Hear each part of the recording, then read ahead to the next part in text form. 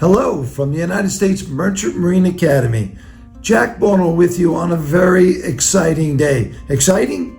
Yes, and I'd like to explain to you why that is. 77 years ago, on this very date, September 30th, 1943, President Franklin Delano Roosevelt, in a Thursday evening ceremony broadcast by the Mutual Broadcasting System, appointed Captain J. Harvey Toon the first superintendent of the Merchant Marine Academy.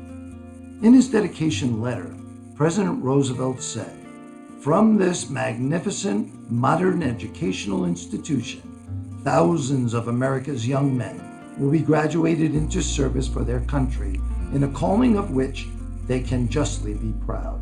No finer traditions have been recorded in history than those of our seafaring men. They and their gallant ships laid much of the foundation on which our nation has grown to the America of today."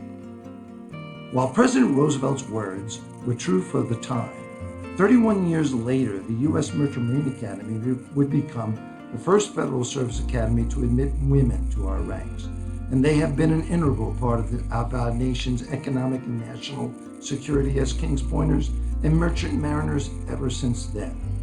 Roosevelt would go on to say in his letter that a strong merchant marine, manned by courageous, capable, well-trained officers and crews, is as necessary to the nation as a powerful army and navy. And his words couldn't be any truer today. Earlier this morning, in another letter recognizing our anniversary, Admiral Mark Busby, the Maritime Administrator and a proud member of the USMMA class of 1979, describes the strife-born nature of the Academy, along with the resiliency, flexibility, and courage of the current Academy community. I couldn't agree more with that sentiment. Our Academy is a national gem.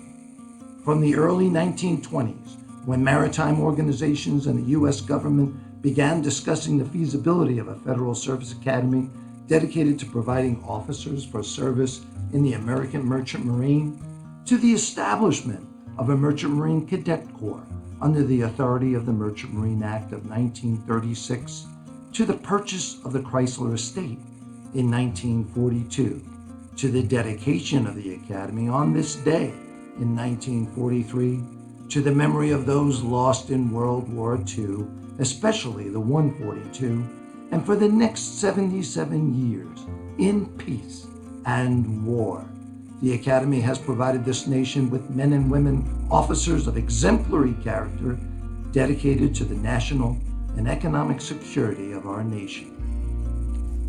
So please join me in recognizing the 77 years of greatness that is the United States Merchant Marine Academy. Rear Admiral Jack Bono from the United States Merchant Marine Academy. Happy anniversary, Kings Point. Acta non verba.